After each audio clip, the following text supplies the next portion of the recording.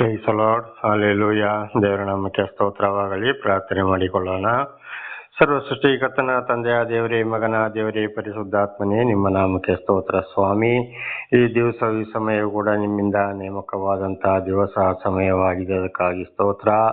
ಈ ದಿವಸದ ಸಂದೇಶದ ಭಾಗವನ್ನು ಕೂಡ ಹೇರಳವಾಗಿ ಆಶೀರ್ವದಿಸಿರಿ. ನಿಮ್ಮ ಪವಿತ್ರ ಆತ್ಮರ ಮೂಲಕ ನಡೆಸುವುದಕ್ಕಾಗಿ ಸ್ತೋತ್ರ. ನಿಮ್ಮೆಲ್ಲ ಉಪಕಾರಗಳಿಗಾಗಿ ಪ್ರೀತಿಗಾಗಿಯೂ ಕೃತಜ್ಞತಾ ವಂದನೆಗಳು.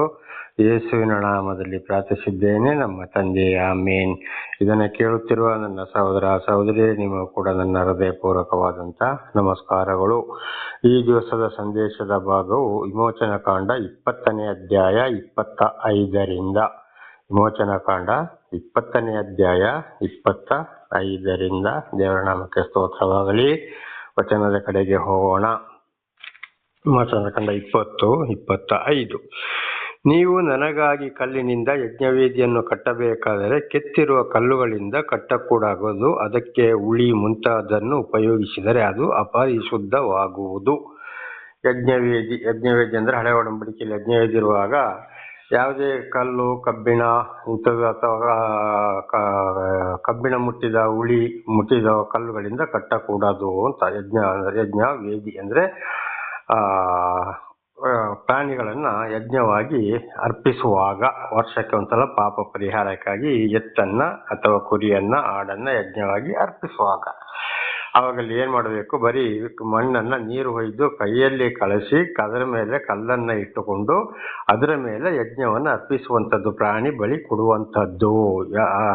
ಇದು ಬಾಕಿ ಕಬ್ಬಿಣ ಮುಟ್ಟಿ ಅಂತ ಕಲ್ಲು ಗಿಲ್ಲೋದ್ರಿಂದ ಕಟ್ಟಿ ಯಜ್ಞವೇದಿಯನ್ನ ಕಟ್ಟಬಾರದು ಅಂತ ಹಳೆ ಒಡಂಬಡಿಕೆಯಲ್ಲಿ. ಇದು ಹೊಸ ಒಡಂಬಡಿಕೆಯಲ್ಲಿ ಕೂಡ ಅದನ್ನು ನಾವು ನೋಡುವಾಗ, ನಿನ್ನ ದೇಹವೇ ದೇವಾಲಯ, ನಿನ್ನ ದೇಹ ಪವಿತ್ರಾತ್ಮರಿಗೆ ಗರ್ಭಗುಡಿ ಎಂಬುದು ಗೊತ್ತಿಲ್ಲವ. 1 ಕೊರಿಂಥ 3:16, 1 ಕೊರಿಂಥ 6:19 ಮತ್ತು 20 ನೋಡುವಾಗ ನಿನ್ನ ದೇಹವು ನಿನ್ನ ಸ್ವಂತ ಸೊತ್ತು ಅಲ್ಲ ಅಂತ ಅಲ್ಲಿ ಬರೆಯಲ್ಪಟ್ಟಿದೆ. ಹಾಗಿರುವಾಗ ಇವತ್ತು ನಾವು ಹಳೆ ಒಡಂಬಡಿಕೆಯಲ್ಲಿ ಯಜ್ಞವೇದಿ ಪ್ರಾಣಿ ಬಳಿ ಇತ್ತು, ಹೊಸ ಒಡಂಬಡಿಕೆಯಲ್ಲಿ ಪ್ರಾಣಿ ಬಳಿ ಎಲ್ಲವೂ ನಿಂತು ಹೋಯಿತು. ದೇವರು ಮನುಷ್ಯನ ಅವತಾರವೆತ್ತಿ ಬಂದು ಶಿಲುಬೆಗೆ ಏರಿಸಿ ರಕ್ತ ಸುರಿಸಿದ ಮೇಲೆ ಪ್ರಾಣಿ ಬಳಿ ಯಜ್ಞವೇದಿ ಯಾವುದೂ ಇಲ್ಲ, ಅದಲ್ಲಿಗೆ ಮುಗಿದು ಹೋಯಿತು 2025ನೇ ವರ್ಷದ ಹಿಂದೆ. ಆವಾಗ ಈಗ ಯಜ್ಞವೇದಿ ಯಾವುದಪ್ಪ ಅಂದ್ರೆ ನಮ್ಮ ದೇಹ. ಅದಕ್ಕೆ ನಿನ್ನ ದೇಹವೇ ದೇವಾಲಯ ಅಂತ ಹೇಳಿದ್ದು. ದೇವರ ನಾಮಕ್ಕೆ ಸ್ತೋತ್ರವಾಗಲಿ. ಹಾಗೆ ನೋಡಿ, ನಮ್ಮ ದೇಹವು ತಾಯಿ ಗರ್ಭದೊಳಗೆ ಬೆಳೀತಾ ಇರುವಾಗ ಯಾವುದಾದ್ರೂ ಕಬ್ಬಿಣ, ಬೆಳ್ಳಿ, ಬಂಗಾರಗಳಿಂದ ಕೆತ್ತಿದಾಗ್ತದೆ, ಮುಟ್ಟಿದಾಗ್ತದೆ ಇಲ್ಲ. ದೇವರೇ ನಮ್ಮನ್ನು ತಾಯಿಯ ಗರ್ಭದಲ್ಲಿ ಬೆಳೆಸಿದರು. ಅದೇ ದೇಹದಲ್ಲಿ ಇವತ್ತು ನಾವು ಯಜ್ಞ ಅಂದ್ರೆ ಇವತ್ತು ಸ್ತೋತ್ರ ಎಂಬ ಯಜ್ಞವನ್ನು ದೇವರ ಉಪಕಾರಗಳಿಗಾಗಿ, ದೇವರು ನಮ್ಮ ಜೀವಿತದಲ್ಲಿ ಮಾಡಿದ ಅದ್ಭುತ ಕಾರ್ಯಗಳಲ್ಲಿ ಯಜ್ಞವೇದಿಯನ್ನು ನಾವು ಸಲ್ಲಿಸುವಂಥದ್ದು. ದೇವರ ನಾಮಕ್ಕೆ ಸ್ತೋತ್ರವಾಗಲಿ. ಹಾಗೆ ನಾವು ದೇವರನ್ನು ಆರಾಧಿಸಬೇಕಾದ್ರೆ ಇವತ್ತು ಕೂಡ ನಮ್ಮ ದೇಹದಲ್ಲಿ ಆ ಸಮಯದಲ್ಲಿ ಯಾವುದೇ ಕಬ್ಬಿಣ, ಉಳಿ ಮುಂತಾದ ವಸ್ತುಗಳು ನಮ್ಮ ದೇಹದಲ್ಲಿ ಇರಬಾರ್ದು. ತಾಯಿಯ ಗರ್ಭದಿಂದ ನಾವು ಬಂದಾಗ ಹೇಗೆ ಬಂದವೆ ಹಾಗೆ ಇರಬೇಕು. ಆಗ ತಾಯಿಯ ಗರ್ಭದಿಂದ ಬಂದಾಗ ಬೆತ್ತಲೆಯಾಗಿದ್ದೇವೆ. ಆದರೆ ಬರುತ್ತಾ ಆದಾಮ ಹವ್ವಳಿಗೆ ದೇವರು ಏನ್ ಮಾಡಿದ್ರು? ಪ್ರಾಣಿಯ ಚರ್ಮದ ಅಂಗಿಯನ್ನ ಹೊಲಿದು ಕೊಟ್ಟರು, ಮಾನವನ್ನ ಮುಚ್ಚಿಕೊಳ್ಳಿರಿ. ಅದೇ ಇವತ್ತು ನಾವು ಮೈಗೆ ಬಟ್ಟೆ ಹಾಕುವಂಥದ್ದಾಗಿದೆ. ಆಗ ಬರೀ ಬಟ್ಟೆ ಇರಬೇಕು ಹೊರತು ಬಾಕಿ ಯಾವುದೇ ನಮ್ಮ ದೇಹದಲ್ಲಿ ಬೆಳ್ಳಿ, ಬಂಗಾರದ ಅಲಂಕಾರಗಳು ಈ ತರ ಯಾವುದೇ ವಸ್ತುಗಳು ಕೂಡ ಇರಬಾರದು, ದೇವರನ್ನು ಆರಾಧಿಸಬೇಕಾದರೆ ಅಂತ ಇದರ ಅರ್ಥವಾಗಿದೆ. ದೇವರ ನಾಮಕ್ಕೆ ಸ್ತೋತ್ರವಾಗಲಿ. ಹಲ್ಲೆಲೂಯ. ಹಾಗೆ ನೋಡುವಾಗ ಇವತ್ತಲ್ಲಿ ಏನ್ ಮಾಡ್ತಾರೆ ನೋಡಿ, ಹಳೆ ಒಡಂಬಡಿಕೆಯಲ್ಲಿ ಇದೆಲ್ಲ ನಾವು ಹೊಸ ಒಡಂಬಡಿಕೆಯಲ್ಲಿ ಕೂಡ ಯೋಹಾನ 2ನೇ ಅಧ್ಯಾಯದಲ್ಲಿ ನೋಡುವಾಗ ಇಡೀ ಪ್ರಪಂಚಕ್ಕೆ ಬಹಳ ಒಂದು ದೊಡ್ಡ ದೇವಾಲಯ ಇದ್ದಿದ್ದು ಜೆರುಸಲೇಮಿನಲ್ಲಿ. 46 ವರ್ಷ ಅದನ್ನ ಕಟ್ಟಿದರು. ಆದರೆ ಯೇಸುಸ್ವಾಮಿ ಶಿಲುಬೆಯ ಮೇಲೆ ತೂಗಾಡಿಕೊಂಡು ಪ್ರಾಣ ಬಿಟ್ಟಾಗ ಅದು ಏನಾಯಿತು? ಅಲ್ಲಿ ಗೋಡೆ ಒಡೆದು ಹೋಯಿತು ಅಂತ. ದೇವಾಲಯ 46 ವರ್ಷ ಕಟ್ಟಿದಂಥ ದೇವಾಲಯವೇ ಒಡೆದು ಹೋಯಿತು. ಆಗ ಅಲ್ಲಿ ದೇವಾಲಯವು ಇಲ್ಲ. ಅದು ಕಾರಣ ಅದು ಕಬ್ಬಿಣ ಮುಟ್ಟಿದಂಥ ಕಲ್ಲುಗಳಿಂದ ಇತರ ವಸ್ತುಗಳಿಂದ ಕಟ್ಟಿದಾಗಿದೆ. ಆ ದೇವಾಲಯ ಅದುವೇ ಮುರಿದು ಹೋಯಿತು. ಹಾಗೆ ಇವತ್ತು ನೋಡುವಾಗ ಅನೇಕರು ಇವತ್ತು ಏನ್ ಮಾಡ್ತಾರೆ? ಚರ್ಚ್ ಕಟ್ಟೋದು ದೇವಾಲಯ ಅಂತ ಹೇಳ್ಕೊಂಡು ಅನೇಕ ಕಡೆಯಿಂದ ಬೇಕಾದ ಕೋಟಿ ಹಣಗಳನ್ನು ತರಿಸಿಕೊಂಡು ಇವತ್ತು ಅದರೊಳಗೆ ಕಬ್ಬಿಣ ಇಲ್ವಾ, ಕಲ್ಲು ಇಲ್ವಾ, ಕಲ್ಲುಗಳಿಂದ ಕಟ್ಟಬೇಕಾದ್ರೆ ಕಬ್ಬಿಣ ಮುಟ್ಲಿ ಇಲ್ವಾ? ಹಾಗಾದ್ರೆ ಇವತ್ತು ಅದು ದೇವರಿಗೆ ಬೇಕಾ? ಹಾಗೆ ಯೆಶಾಯನ ಗ್ರಂಥದಲ್ಲಿ, ಅಪೊಸ್ತಲರ ಕೃತ್ಯದಲ್ಲಿ ಮನುಷ್ಯರು ಕಟ್ಟಿದ ಗುಡಿಯಲ್ಲಿ ನಾನು ವಾಸ ಮಾಡುವವನಲ್ಲ ಎಂಬುದಾಗಿ ದೇವರು ಹೇಳಿದ್ದಾರಲ್ಲ. ಆಗ ಇವತ್ತು ಇವರು ಕಟ್ಟಿದಂತ ಈ ಕಬ್ಬಿಣ, ಉಳಿ ಮುಂತಾದ ಮುಟ್ಟಿದ ಕಲ್ಲುಗಳಿಂದ ಕಟ್ಟಿದ ದೇವಾಲಯದಲ್ಲಿ ದೇವರು ವಾಸ ಮಾಡ್ತಾರ? ಅನೇಕರು ಏನ್ ಹೇಳ್ತಾ ಇದ್ರೆ, ನಮ್ಮಲ್ಲಿ ಪವಿತ್ರಾತ್ಮ ಇರೋದು, ಅಲ್ಲೇ ವಾಸ ಮಾಡೋದು, ಇಲ್ಲೇ ವಾಸ ಮಾಡೋದು ದೇವಾಲಯ ಎಂಬುದಾಗಿ. ದೇವರಿಗೆ ಅಂತ 46 ವರ್ಷ ಕಟ್ಟಿದ ದೇವಾಲಯವೇ ಒಡೆದು ಹೋದಾಗ ಇವತ್ತು ಈ ಮನುಷ್ಯರು ಕಲ್ಲಿನಿಂದ, ಕಬ್ಬಿಣ ಮುಟ್ಟಿದ ಉಳಿಗಳಿಂದ, ಕಲ್ಲುಗಳಿಂದ ಕಟ್ಟಿದ ದೇವಾಲಯದಲ್ಲಿ ದೇವರು ವಾಸ ಮಾಡ್ತಾರ? ಮನುಷ್ಯರು ಕಟ್ಟಿದ ಗುಡಿಯಲ್ಲಿ ನಾನು ವಾಸ ಮಾಡುವುದಿಲ್ಲ ಅಂತ ಯಾಕೆ ಹೇಳಿದ್ರು? ನಿನ್ನ ದೇಹವೇ ದೇವಾಲಯ. 1 ಕೊರಿಂಥ 3:16, 1 ಕೊರಿಂಥ 6:19. ನಿನ್ನ ದೇಹ ಪವಿತ್ರಾತ್ಮರಿಗೆ ಗರ್ಭಗುಡಿ ಅಂತ ಗೊತ್ತಿಲ್ವೋ? ವಾಸ ಮಾಡುವ ಪರಿಶುದ್ಧ ಸ್ಥಳ ಅಂತೇಳಿ. ನೀನು ನಿನ್ನ ಸ್ವಂತ ಸೊತ್ತಲ್ಲ. 1 ಕೊರಿಂಥ 6:20. ಹಾಗಾದ್ರೆ ಈ ವಾಕ್ಯವು ಯಾಕೆ ಧರ್ಮೋಪದೇಶಕಾಂಡದಲ್ಲಿ ಬರೆಯಲ್ಪಟ್ಟಿದ್ದು? ಅಪೊಸ್ತಲನಾದ ಪೌಲರು ಕೂಡ ಕೊರಿಂಥ ಸಭೆಗೆ ಈ ವಾಕ್ಯವನ್ನು ಯಾಕೆ ಹೇಳ್ತಾ ಇದ್ದಾರೆ? ದೇವರ ನಾಮಕ್ಕೆ ಸ್ತೋತ್ರವಾಗಲಿ. ಹಾಗೆ ಇದು ಏನಾಗಿದೆ, ಇವತ್ತು ದೊಡ್ಡ ಚರ್ಚು ಅಲ್ಲಿ ಅಂತ ಚರ್ಚು ಇಂಥ ಚರ್ಚು ದೇವರು ವಾಸ ಮಾಡುವುದೇ ಇಲ್ಲ. ಆದ್ರೆ ಇವತ್ತು ಒಂದು ಪ್ರಶ್ನೆ ಏನಪ್ಪಾ ಅಂದ್ರೆ, ಆಗ ದೇವರನ್ನ ಆರಾಧಿಸ್ಲಿಕ್ಕೆ ಒಂದು ಸ್ಥಳ ಬೇಡವಾ ಅಂತೇಳಿ. ದೇವರ ನಾಮಕ್ಕೆ ಸ್ತೋತ್ರವಾಗಲಿ. ಸ್ಥಳ ಬೇಕು. ಅದಕ್ಕಾಗಿ ಬಿಸಿಲು ಬೀಳದಾಗಿ, ಮಳೆಗಾಲದಲ್ಲಿ ಮಳೆ ಬೀಳದಾಗಿ, ಸಾಧಾರಣವಾಗಿ ತಾತ್ಕಾಲಿಕವಾಗಿ ಒಂದು ಶೆಡ್ ಅನ್ನು ನಿರ್ಮಿಸಬೇಕಾಗಿದೆ. ಬೇಕಾದಾಗೆ ಖರ್ಚು ಮಾಡಿ, ಕೋಟಿ ಖರ್ಚು ಮಾಡಿ ಅದರಲ್ಲಿ ಇನ್ನು ಏನೇನೋ ಮಾಡ್ತಾರೆ, ಎಲ್ರಿಗೂ ಗೊತ್ತಿರೋ ವಿಷಯಗಳು. ಅದಕ್ಕೆ ಹೇಳಿದ್ದು ಇಲ್ಲಿ, ಉಳಿ ಮುಂತಾದ ಕೆತ್ತಿರುವ ಕಲ್ಲುಗಳಿಂದ ನನಗೆ ಯಜ್ಞ ವೇದಿಯನ್ನ ಕಟ್ಟಬೇಡಿ. ಹಾಗಿರುವಾಗ ಇವತ್ತು ಆ ಚರ್ಚು ಈ ಚರ್ಚು, ದೊಡ್ಡ ಚರ್ಚು, ಅಲ್ಲೇ ದೇವರು ಇರೋದು, ಅಲ್ಲೇ ಪವಿತ್ರ ಆತ್ಮ ಇರೋದು ಅಂತ ಹೇಳಿದ್ರೆ ಯಾರು ನಂಬಕ್ಕೆ ಹೋಗ್ಬೇಡಿ. ನಾವು ಶುದ್ಧ ಮನಸ್ಸಿನಿಂದ ದೇವರಿಗೆ ನಮ್ಮ ಶರೀರವನ್ನು, ಆತ್ಮ, ಶರೀರ, ಪ್ರಾಣವನ್ನು ಒಪ್ಪಿಸಿಕೊಟ್ಟು ಸಂಪೂರ್ಣ ಮನಸ್ಸಿನಿಂದ ದೇವರ ವಾಕ್ಯಕ್ಕೆ ವಿಧೇಯರಾಗಿ ಎಲ್ಲಿ ನಾವು ದೇವರನ್ನು ಆರಾಧಿಸ್ತೇವೋ ಅಲ್ಲಿ ದೇವರು ಪ್ರಾರ್ಥನೆಗೆ ಉತ್ತರ ಕೊಡುವವರಾಗಿದ್ದಾರೆ. ಉದಾಹರಣೆಗೆ ಅಬ್ರಹಾಮನನ್ನು ಕರೆದರು, ಇಸಾಕನನ್ನು ಕರೆದರು. ದೇವಾಲಯ ಇತ್ತ ಇಲ್ಲ. ಯಾಕೋಬನು ಅವನ ಸೋದರ ಮಾವನ ಮನೆಗೆ, ಲಾಬಾನನ ಮನೆಗೆ ಕಾಡೊಳಗೆ ಹೋಗ್ತಾ ಇರುವಾಗ, ಅಲ್ಲಿ ಕೆಲಸ ಮಾಡಿದಾಗ, ತಿರುಗಿ ಬಂದಾಗ ಅಂತ ಕಾಡೊಳಗೆ ರಾತ್ರಿ ದೇವರು ದರ್ಶನ ಕೊಟ್ಟರಲ್ವೋ, ಆಗ ದೇವಾಲಯ ಇತ್ತ. ಅಪೊಸ್ತಲನಾದ ಪೌಲನಿಗೆ ದೊಡ್ಡ ಬೆಳಕು ಮುಖದ ಮೇಲೆ ಹೊಡೆದಾಗ ಆಗಲ್ಲಿ ದೇವಾಲಯ ಇತ್ತ. ಯೇಸುಸ್ವಾಮಿ ಗೆತ್ಸೆಮನೆ ತೋಪಿನಲ್ಲಿ ಹೋಗಿ ಪ್ರಾರ್ಥಿಸಿದಾಗ ದೇವಾಲಯ ಅಲ್ಲಿ ಇತ್ತ. ಅಲ್ಲಿ ಅನೇಕ ಪ್ರವಾದಿಗಳೊಂದಿಗೆ, ಸಾಕ್ಷಿಗಳೊಂದಿಗೆ ದೇವರು ಮಾತನಾಡಿದಾಗ ಅಲ್ಲಿ ದೇವಾಲಯ ಇತ್ತ. ದೊಡ್ಡ ಚರ್ಚು ತಲೆ ಕಟ್ಟಿದ್ರು. ಚರ್ಚ್ ಅಂದ್ರೆ ಅರ್ಥ ಏನು? ಸಭೆ ಅಂತ ಅದರ ಅರ್ಥ. ಎಲ್ಲಿ ನನ್ನ ನಾಮದಲ್ಲಿ, ಮತ್ತಾಯ 18:20 ವಚನ ನೋಡುವಾಗ, ಎಲ್ಲಿ ನನ್ನ ನಾಮದಲ್ಲಿ 2-3 ಸೇರಿ ಪ್ರಾರ್ಥಿಸ್ತಾರೋ ಅಲ್ಲಿ ನಾನು ಇರುತ್ತೇನೆ ಎಂಬುದಾಗಿ ಹೇಳಿದ್ದು. ದೇವರ ನಾಮಕ್ಕೆ ಸ್ತೋತ್ರವಾಗಲಿ. ಹಾಗೆ ಇವತ್ತು ದೊಡ್ಡ ಚರ್ಚೆಗಳಲ್ಲೆಲ್ಲ ಮನಸ್ಸು ಶುದ್ಧ ಮಾಡಿ, ಶುದ್ಧ ಹೃದಯದಿಂದ ದೇವರು ನಾನು ಆರಿಸಿಕೊಂಡಿದ್ದಾನೆ ದೇವರ ವಾಕ್ಯಕ್ಕೆ ವಿಧೇಯರಾಗಿ 10 ಆಜ್ಞೆಗಳನ್ನು ನಮ್ಮ ಹೃದಯದಲ್ಲಿ, ಮನಸ್ಸಲ್ಲಿ ಇಟ್ಟುಕೊಂಡು ಭಕ್ತಿ ಪೂರ್ವಕವಾಗಿ ಪುರುಷರು, ಸ್ತ್ರೀಯರು ಅವರವರ ನಿಯಮದ ಪ್ರಕಾರ ಎಲ್ಲಿ ಪ್ರಾರ್ಥಿಸ್ತಾರೋ ಅಲ್ಲಿ ದೇವರ ಆಶೀರ್ವಾದ ಇದೆ. ದೊಡ್ಡ ಬಿಲ್ಡಿಂಗು, ಕಬ್ಬಿಣ, ಬೆಳ್ಳಿ, ಬಂಗಾರ ಮುಟ್ಟಿದಲ್ಲಿ, ಅಲಂಕಾರ ಮಾಡಿದಲ್ಲಿ ದೇವರು ಖಂಡಿತವಾಗಿ ಇರುವುದಿಲ್ಲ. ಇದೆಲ್ಲವೂ ಇವರ ಒಂದು ಉದ್ದೇಶ ಪೂರ್ವಕವಾಗಿದೆ. ದೇವರ ನಾಮಕ್ಕೆ ಸ್ತೋತ್ರವಾಗಲಿ. ಹಾಗೆ 26ನೇ ವಚನ, ವಿಮೋಚನ ಕಂಡ 20:26. ಅದಲ್ಲದೆ ನನ್ನ ಯಜ್ಞವೇದಿಯನ್ನು ಮೆಟ್ಟಲುಗಳಿಂದ ಏರಕೊಡದು, ಹಾಗೆ ಏರಿದರೆ ನಿಮ್ಮ ರಹಸ್ಯಾಂಗವು ಕಾಣಿಸಿತು. ನೋಡಿ, ದೇವರ ನಮಗೆ ಸ್ತೋತ್ರವಾಗಲಿ. ಎಲ್ಲೇ ದೇವರನ್ನು ಆರಾಧಿಸುವ ಸ್ಥಳ ಎತ್ತರ ಸ್ಥಳ ಇರಬಾರದು. ಭೂಮಿಗೆ ಲೆವೆಲ್ ಆಗಿ ಇರಬೇಕು, ಅಥವಾ ಸ್ವಲ್ಪ ಎತ್ತರದಲ್ಲಿ ಇರಬೇಕು. ಬಹಳ ಎತ್ತರದಲ್ಲಿ ಇರಬೇಕಾದರೆ ಇವತ್ತು ಅದನ್ನು ಪುರುಷರು ಅಂದರೆ ಅಲ್ಲಿ ಪುರುಷರಾಗ ಏರಿಕೊಂಡು ಹೋಗುವಾಗ ಇದು ಖಂಡಿತವಾಗಿ ನಿಮ್ಮ ರಹಸ್ಯಾಂಗವು ಕಾಣಿಸಬಹುದು. ಆಗ ಬಹಳ ಭದ್ರವಾಗಿರಬೇಕು. ದೇವರನ್ನು ಪ್ರಾರ್ಥಿಸಲು ಹೋಗುವಾಗ ಇತರ ಸಮಯದಲ್ಲಿಯೂ ಖಂಡಿತವಾಗಿಯೂ ಬಹಳ ಚೆನ್ನಾಗಿ ಭದ್ರವಾಗಿ ಬಟ್ಟೆಗಳನ್ನು ಹಾಕಿಕೊಳ್ಳಬೇಕು ಅಂತ ಇದರ ಅರ್ಥವಾಗಿದೆ. ಮೆಟ್ಟಲುಗಳಿಂದ ಏರುವಾಗ, ದೇವರ ನಾಮಕ್ಕೆ ಸ್ತೋತ್ರವಾಗಲಿ, ಹಲ್ಲೆಲೂಯಾ. ಮೆಟ್ಟಲುಗಳಿಂದ ಏರಕೂಡದು ಅಂತ ಇಲ್ಲಿ ಬರೆದಿರೋದು. ಆದ್ರೆ ಇವತ್ತು ಏನ್ ಮಾಡ್ತಾ ಇದ್ದಾರೆ, ಒಂದು ಸೈಟ್ ತಗೊಳ್ತಾರೆ, ಚರ್ಚು, ಅವ್ರಿಗೆ ಬೇಕಾಗಿರೋದು ಮನೆ, ಕೆಳಗಡೆ ಅವರ ಒಂದು ವಾಹನ ಪಾರ್ಕಿಂಗ್ ಇಟ್ಟುಕೊಳ್ತಾರೆ. ಆಮೇಲೆ ಏನ್ ಮಾಡ್ತಾರೆ, ಅದರ ಮೇಲೆ ಒಂದು ಮನೆ ತಕ್ಕ ಮಾಡಿಕೊಳ್ತಾರೆ. ಯಾರಿಗೆ? ಸೇವಕರುಗಳಿಗೆ ಮನೆ, ಪಾಸ್ಟರ್ಗಳಿಗೆ ಮನೆ ಮಾಡಿಕೊಳ್ತಾರೆ. ಅದರ ಮೇಲೆ ಲಾಸ್ಟ್ ಚರ್ಚು ಅಂತ ಪ್ರಾರ್ಥನಾ ಸ್ಥಾನ ಅಂತ ಮಾಡ್ಕೊಳ್ತಾರೆ. ಆಗ ಅಲ್ಲಿಗೆ ಹಚ್ಚಿಕೊಂಡು ಹೋಗ್ಬೇಕಾ ಮೆಟ್ಟಲು ಇದೆಯಾ ಇಲ್ವೋ ಅಂತ ಮೆಟ್ಟಲುಗಳಿಂದ ಏರಕೂಡದು ಅಂತ ಇಲ್ಲಿ ಹಾಕಿರೋದು. ಹಾಗೆ ನೀವು ದೇವಾಲಯ ಕಟ್ಟಕ್ಕೆ ಹೋಗಬೇಡಿ, ಮೆಟ್ಟಲು ಕಟ್ಟಕ್ಕೆ ಹೋಗಬೇಡಿ, ಕೆಳಗೆ ನೀವು ಪ್ರಾರ್ಥನೆ ಮಾಡಬೇಕು ಅಂತ ಇದರ ಅರ್ಥವಾಗಿದೆ.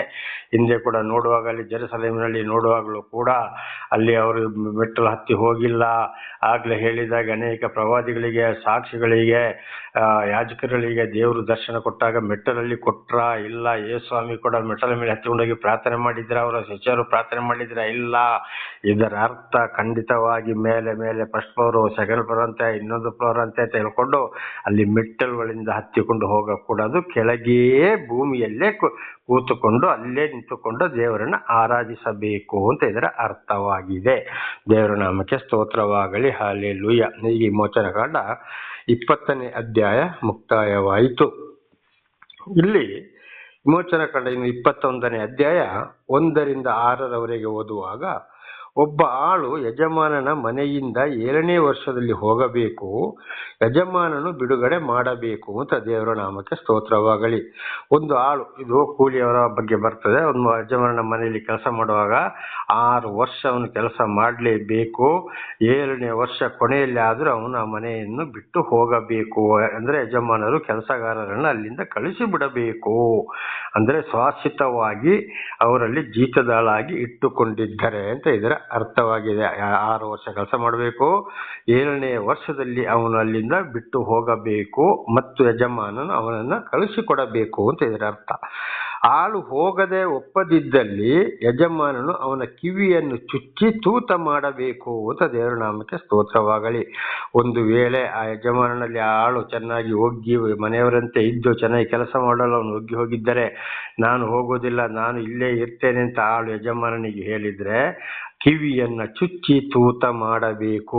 ದೇವರ ನಾಮಕ್ಕೆ ಸ್ತೋತ್ರವಾಗಲಿ. ಹಲ್ಲೆಲೂಯಾ. ಯಾಕೆಂದ್ರೆ ಅವನು ಮತ್ತೆ ಶಾಶ್ವತವಾದ ಆಳು ಅಂತ, ಅವನು ಸಾಯುವವರೆಗೆ ಹೋಗಕೂಡದು. ಅವನು ಸತ್ತಾಗ ಸಮಾಧಿ ಕೂಡ ಅಲ್ಲೇ ಆಗಬೇಕು. ಅದು ಶಾಶ್ವತವಾದ ಆಳು ಅಂತ ಒಂದು ಒಡಂಬಡಿಕೆಯಾಗಿದೆ. ದೇವರ ನಾಮಕ್ಕೆ ಸ್ತೋತ್ರವಾಗಲಿ. ಹಲ್ಲೆಲೂಯಾ. ಹಾಗೆ ಇವತ್ತು ನಾವೆಲ್ಲ ಚಿಕ್ಕದಾಗಿರುವಾಗ ನಮ್ಮ ಕಿವಿಯನ್ನ ಕೂಡ ಚುಚ್ಚುತ್ತಾ ಇದ್ರು. ನಾವಿರೋ ಅದೇ ಊರಲ್ಲಿ ದಕ್ಷಿಣ ಕನ್ನಡ ಜಿಲ್ಲೆಯಲ್ಲಿ ಕೂಡ ಪ್ರತಿಯೊಬ್ಬರ ಕಿವಿಯನ್ನ ಚುಚ್ಚುತ್ತಾ ಇದ್ರು. ಹಾಗೆ ಇದರ ಅರ್ಥ ಯಜಮಾನನಿಗೆ ದಾಸನು ಅಂತ ಆಗಿದೆ. ಇದರ ಅರ್ಥ ದೇವರ ನಾಮಕ್ಕೆ ಸ್ತೋತ್ರವಾಗಲಿ. ಈಗ ಅದನ್ನು ಕೂಡ ಬಿಟ್ಟಿದ್ದಾರೆ. ಕೆಲವರಿಗೆ ಅದು ಗೊತ್ತೇ ಇಲ್ಲ. ಕಿವಿ ಚುಚ್ಚಬೇಕು ಅಂತ ಹೇಳ್ತಾ ಇದ್ರು ನಾವೆಲ್ಲ ಚಿಕ್ಕದಲ್ಲಿರುವಾಗ. ಅದಕ್ಕಾಗಿ ಕಿವಿ ಚುಚ್ಚಿಸ್ತಾ ಇದ್ರು. ಅದರ ಅರ್ಥ ಅವರಿಗೆ ಕೂಡ ಏನು ಅಂತ ಗೊತ್ತಿಲ್ಲ. ಆಮೇಲೆ ನನಗೂ ಗೊತ್ತು, ಈ ಬೈಬಲ್ ಓದ್ತಾ ಬರುವಾಗ ಇದು ಅರ್ಥವಾಯಿತು, ಯಜಮಾನನಿಗೆ ದಾಸರು ಅಂತ. ದೇವರ ನಾಮಕ್ಕೆ ಸ್ತೋತ್ರವಾಗಲಿ. ಹಲ್ಲೆಲೂಯಾ. ಆಗ ಅದು ಏನಾಯ್ತು, ಯಜಮಾನನಲ್ಲಿ ಕೂಲಿ ಕೆಲಸಕ್ಕೆ ಇಲ್ಲದಿದ್ದರು, ದಾಸರಾಗದಿದ್ದರು, ಅದನ್ನ ಎಲ್ಲರೂ ಕಿವಿ ಚುಚ್ಚಕ್ಕೆ ಒಂದು ಪ್ರಾರಂಭ ಮಾಡಿದರು. ದೇವರ ನಾಮಕ್ಕೆ ಸ್ತೋತ್ರವಾಗಲಿ. ಇದು ಈಗ ಈ ಒಂದು ಯುಗದಲ್ಲಿ ಈ ಯುಗದಲ್ಲಿ ಈ ಸಮಯದಲ್ಲಿ ಈಗ ಈ ಕಂಪ್ಯೂಟರ್ ಸಮಯದಲ್ಲಿ ಅದನ್ನ ಬಿಟ್ಟಿದ್ದಾರೆ. ದೇವರ ನಾಮಕ್ಕೆ ಸ್ತೋತ್ರ. ಹಾಗೆ ಅದೇ 7ರಿಂದ 11 ವಿಮೋಚನ ಕಾಂಡ 21 7ರಿಂದ 11ರವರೆಗೆ ಓದುವಾಗ, ಸ್ತ್ರೀಗೆ ಯಜಮಾನನಲ್ಲಿ ಕೆಲಸ ಮಾಡಲು ಇಷ್ಟವಿಲ್ಲದಿದ್ದರೆ ಅವಳನ್ನು ಕಳುಹಿಸಿ ಬಿಡಬೇಕು. ಒಂದು ವೇಳೆ ಒಂದು ಸ್ತ್ರೀ ಯಜಮಾನನಲ್ಲಿ ಕೆಲಸ ಮಾಡ್ತಾ ಇರಬೇಕಾದ್ರೆ, ನಾನಿಲ್ಲಿ ಕೆಲಸ ಮಾಡೋದಿಲ್ಲಪ್ಪ, ನಾನು ಹೋಗ್ತೇನೆ ಅಂತ ಹೇಳಿದ್ರೆ ಅಂತ ಸ್ತ್ರೀಯರನ್ನು ಕಳುಹಿಸಿ ಬಿಡಲೇಬೇಕು. ಬಲಾತ್ಕಾರ ಮಾಡಿಕೊಳ್ಳಬಾರದು, ಕೆಲಸಕ್ಕೆ ಇಟ್ಟುಕೊಳ್ಳಬಾರದು, ಯಾವುದೇ ಕಾರಣಕ್ಕಂತ ಸ್ತ್ರೀಯರನ್ನು ಇಟ್ಟುಕೊಳ್ಳಬಾರದು, ಅವರಿಗೆ ಬೇಸರಗೊಳಿಸಬಾರದು ಅಂತ ಹೇಳುವಂತ ಮಾತಾಗಿದೆ. 12ನೇ ಒಂದು ವಚನವನ್ನು ನೋಡುವಾಗ ನಾವು ಆದಿಕಾಂಡ 21:12ನೇ ವಚನವನ್ನು ಓದಿಕೊಳ್ಳೋಣ. ಮನುಷ್ಯನನ್ನು ಹೊಡೆದು ಕೊಂದವನಿಗೆ ಮರಣ ಶಿಕ್ಷೆಯಾಗಬೇಕು. ದೇವರ ನಾಮಕ್ಕೆ ಸ್ತೋತ್ರವಾಗಲಿ. ಯಾರಾದರೂ ಮನುಷ್ಯರನ್ನು, ಈ ಕೂಲಿ ಕೆಲಸ ಮಾಡೋರನ್ನು, ಮಾಡದವರನ್ನು, ಅಥವಾ ಯಾರಾದರೂ ಒಂದು ಮನುಷ್ಯನನ್ನು ಕೊಂದರೆ ಅವನನ್ನು ಕೂಡ ಕೊಳ್ಳಲೇಬೇಕು ಅಂತ ಒಂದು ಕಾನೂನಿದೆ. ಇದು ಇವತ್ತು ನಮ್ಮ ಭಾರತ ದೇಶದಲ್ಲಿ ಕೂಡ ಇದೆ. ಅದರಲ್ಲಿ ಕಾನೂನಲ್ಲಿ ಬಹಳ ತಿದ್ದುಪಡಿ ಇದೆ. ಅದೇ ಇವತ್ತು ಮುಸ್ಲಿಮ್ಸ್ ರಾಷ್ಟ್ರಗಳಲ್ಲಿ ಕೊಂದವನನ್ನು ಕೊಲೆ ಮಾಡುತ್ತಾರೆ, ಅಲ್ಲಿ ಆ ಕಾನೂನು ಇದೆ. ದೇವರ ನಾಮಕ್ಕೆ ಸ್ತೋತ್ರವಾಗಲಿ. ಇದು ದೇವರಿಂದಲೇ ಬಂದ ಕಾನೂನಾಗಿದೆ. ಆಗ ಇವತ್ತು ಇದು ಭಾರತ ದೇಶದಲ್ಲಿ ಏನಾಗಿದೆ ಅಂದ್ರೆ, ನಾನಾ ರೀತಿಯಲ್ಲಿ ಕಾನೂನನ್ನ ಏರುಪೇರು ಮಾಡಿದ್ದಾರೆ, ತಿದ್ದುಪಡಿ ಮಾಡಿದ್ದಾರೆ. ದೇವರ ಕಾನೂನು ಕೊಂದವನನ್ನ ಕೊಲ್ಲಲೇಬೇಕು ಅಂತ ಆಗಿದೆ. ದೇವರ ನಾಮಕ್ಕೆ ಸ್ತೋತ್ರವಾಗಲಿ. ಹಾಲೆಲೂಯ. 13ನೇ ವಚನ ನೋಡುವಾಗ, ಆಕಸ್ಮಿಕವಾಗಿ ತಮ್ಮಲ್ಲಿ ಕೊಲೆಯಾದರೆ ಓಡಿ ಹೋಗಿ ಬದುಕಬಹುದು. ಈಗ ಅಕಸ್ಮಾತ್ ಒಂದು ವಾಹನ ಅಕಸ್ಮಾತ್ ಆಕ್ಸಿಡೆಂಟ್ ಆಗ್ತದೆ, ಅಕಸ್ಮಾತ್ ಒಂದು ಕೆಲಸ ಮಾಡುವಾಗ ಏನಾದರೂ ಒಬ್ಬರಿಂದ ಒಬ್ಬರು ಗೊತ್ತೇ ಇಲ್ಲದೆ ಆಕಸ್ಮಿಕವಾಗಿ ಉದ್ದೇಶ ಪೂರ್ವಕವಾಗಿರದೆ ಕೊಲೆ ಆಗ್ತದೆ. ಆಗ ಒಂದು ವೇಳೆ ಅಂತ ಕೊಲೆ ಮಾಡಿದವರಲ್ಲಿಂದ ತಪ್ಪಿಸಿಕೊಳ್ಳಕ್ಕೆ ಬೇಕಾದ್ರೆ ಓಡಿ ಹೋಗಿ ಎಲ್ಲಿಯಾದರೂ ತಪ್ಪಿಸಿಕೊಳ್ಳಬಹುದು ಅಂತ ಇದರ ಅರ್ಥವಾಗಿದೆ. ಆದ್ರೆ ಸಿಟ್ಟಿಟ್ಟುಕೊಂಡು ಹಳೆ ದಿವಸ ಇಟ್ಟುಕೊಂಡು ಬೇಕು ಅಂತಲೇ ಕೊಲೆಯಾದರೆ ಅಂತವನನ್ನು ಕೊಲೆ ಮಾಡಲೇಬೇಕು ಅಂತ ಇದರ ಅರ್ಥವಾಗಿದೆ. 14ನೇ ವಚನ, ಕೊಲ್ಲಬೇಕೆಂಬ ಉದ್ದೇಶದಿಂದಲೇ ಮತ್ತೊಬ್ಬನನ್ನು ಮೋಸದಿಂದ ಕೊಂದವನನ್ನು ಯಜ್ಞವೇದಿಯ ಬಳಿಯಿಂದಲೂ ಎಳೆದು ಅವನಿಗೆ ಮರಣ ಶಿಕ್ಷೆ ಕೊಡಬೇಕು. ಉದ್ದೇಶಪೂರ್ವಕವಾಗಿ ಕೊಳ್ಳಲೇಬೇಕು ಅಂತ ಮೊದಲೇ ಐಡಿಯಾ ಮಾಡಿಕೊಂಡಿದ್ದು, ಉಪಾಯ ಮಾಡಿಕೊಂಡಿದ್ದು, ಅವನು ಕೊಂದರೆ ಅವನು ಯಜ್ಞವೇದಿ ಅಂದರೆ ಪ್ರಾರ್ಥನೆ ಮಾಡುವ ಸ್ಥಳದಲ್ಲಿ, ದೇವಾಲಯದಲ್ಲಿ ಇದ್ದರೂ ಕೂಡ, ಸಭೆಯಲ್ಲಿ ಇದ್ದರೂ ಕೂಡ ಅವನನ್ನು ಎಳ್ಕೊಂಡು ಹೋಗಿ ಕೊಳ್ಳಲೇಬೇಕು. ಕಾರಣ ಮತ್ತು ಅವನು ಅದೇ ಕೆಲಸವನ್ನ ಮಾಡ್ತಾನೆ. ಆದ್ದರಿಂದ ಅಂತವನನ್ನ ಬದುಕಲು ಬಿಡಲೇಬಾರದು ಅಂತ ದೇವರ ಒಂದು ಶಿಕ್ಷೆ. ಇದು ಮುಸ್ಲಿಮ್ಸ್ ರಾಷ್ಟ್ರಗಳಲ್ಲಿ ಇವತ್ತು ಕಡ್ಡಾಯವಾಗಿ ನಡೀತಾ ಇದೆ. ಆದರೆ ಕ್ರಿಶ್ಚಿಯನ್ ರಾಷ್ಟ್ರಗಳಲ್ಲಿ ಮತ್ತು ನಮ್ಮ ಭಾರತ ದೇಶಗಳಲ್ಲಿ, ಹಿಂದೂ ದೇಶ ಅಂತ ನೇಪಾಳದಲ್ಲೆಲ್ಲ ಈ ಕಾನೂನಿಗೆ ತಿದ್ದುಪಡಿ ತಂದಿದ್ದಾರೆ. ದೇವರ ನಾಮಕ್ಕೆ ಸ್ತೋತ್ರವಾಗಲಿ.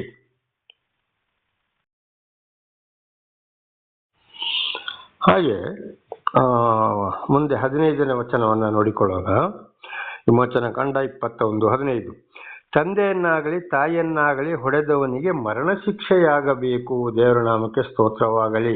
ಒಂದು ವೇಳೆ ತಂದೆ ತಾಯಿಯನ್ನ ಪ್ರಾಯ ಸಣ್ಣ ಮಕ್ಕಳಲ್ಲಿ ಹೊಡೆಯೋದಿಲ್ಲ, ಮಗುವಲ್ಲಿ ಅದಿಲ್ಲ, ಮಕ್ಕಳಾಗಿ ಬಂದಾಗಲೂ ಇಲ್ಲ, ಖಂಡಿತಾಗಿ ಯೌವನ ಪ್ರಾಯ ಬಂದಾಗ ಒಂದು ವೇಳೆ ನಾನಾ ಥರದ ದುಶ್ಚಟಗಳಿಗಾಗಿ ಅಥವಾ ಮದುವೆಯಾದ ಮೇಲೆ ಹೆಂಡತಿಯ ಮಾತನ್ನ ಕೇಳಿಕೊಂಡು ಯಾವಾಗಲಾದರೂ ತಂದೆ ತಾಯಿಯನ್ನು ಯಾರು ಶಿಕ್ಷೆ ಕೊಡ್ತಾರೋ, ಕಣ್ಣೀರು ಹಾಕ್ಸ್ತಾರೋ, ಹೊಡೆಯುತ್ತಾರೋ, ತಂದೆಯನ್ನಾಗಲಿ ತಾಯಿಯನ್ನಾಗಲಿ ಹೊಡೆದವನಿಗೆ ಮರಣ ಶಿಕ್ಷೆಯಾಗಬೇಕು. ಖಂಡಿತವಾಗಿ ಮರಣ ಅಂದ್ರೆ ಅವ್ರು ಏನ್ ಮಾಡ್ತಾರೆ, ತಂದೆ ತಾಯಿಗೆ ಹೊಡೆದು ಕಣ್ಣೀರು ಹಾಕ್ಸಿದ್ದು, ದುಃಖಪಡಿಸಿದ್ದು ಇತರರ ಕೈಯಲ್ಲಿ ಖಂಡಿತವಾಗಿ ಅವ್ರು ಏನಾಗ್ತಾರೆ, ಅವರು ಅಲ್ಲಿ ಮರಣ ಶಿಕ್ಷೆ ಅಂದ್ರೆ ಕಾನೂನಿನ ಪ್ರಕಾರ ಅವರಿಗೆ ಶಿಕ್ಷೆಯಾಗಲೇ ಬೇಕಾಗ್ತದೆ. ಅದು ಎಲ್ಲದಕ್ಕೂ ಇವತ್ತು ಅದು ತಿದ್ದುಪಡಿಯಾಗಿದೆ. ಅಂದ್ರೆ ಏನೇ ತಿದ್ದುಪಡಿ ಆದರೂ ಈ ಲೋಕದಲ್ಲಿ ಕಾನೂನಿನ ಪ್ರಕಾರ ತಿದ್ದುಪಡಿ. ದೇವರ ಕಾನೂನಿನಿಂದ, ದೇವರ ಶಿಕ್ಷೆಯಿಂದ ತಪ್ಪಿಸಿಕೊಳ್ಳಲು ಸಾಧ್ಯವೇ ಇಲ್ಲ. ಇದು ಆದಿಕಾಂಡ 9ನೇ ಅಧ್ಯಾಯ 5 ಮತ್ತು 6ನೇ ವಾಕ್ಯದಲ್ಲಿ ಕೂಡ ಬರೆಯಲ್ಪಟ್ಟಿದೆ.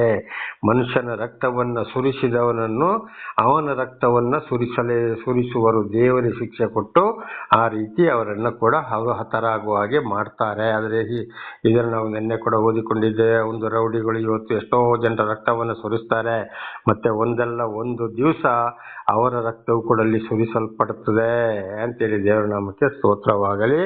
ಆದ್ದರಿಂದ ತಂದೆ ತಾಯಿ ಖಂಡಿತವಾಗಿ ಹಿಂಸೆ ಕೊಡಲು ಹೋಗಬಾರದು. ದೇವರ ನಾಮಕ್ಕೆ ಸ್ತೋತ್ರವಾಗಲಿ. ಹಲ್ಲೆಲೂಯಾ. ಹಾಗೆ ಇದು ವಿಮೋಚನ ಕಾಂಡ 20:12, ಎಫೆಸಿ 6:1-3, ಕೊಲೊಸ್ಸೆ 3ನೇ ಅಧ್ಯಾಯ 20ನೇ ವಚನದಲ್ಲಿ ಕೂಡ ಇದು ಬರೆಯಲ್ಪಟ್ಟಿದೆ.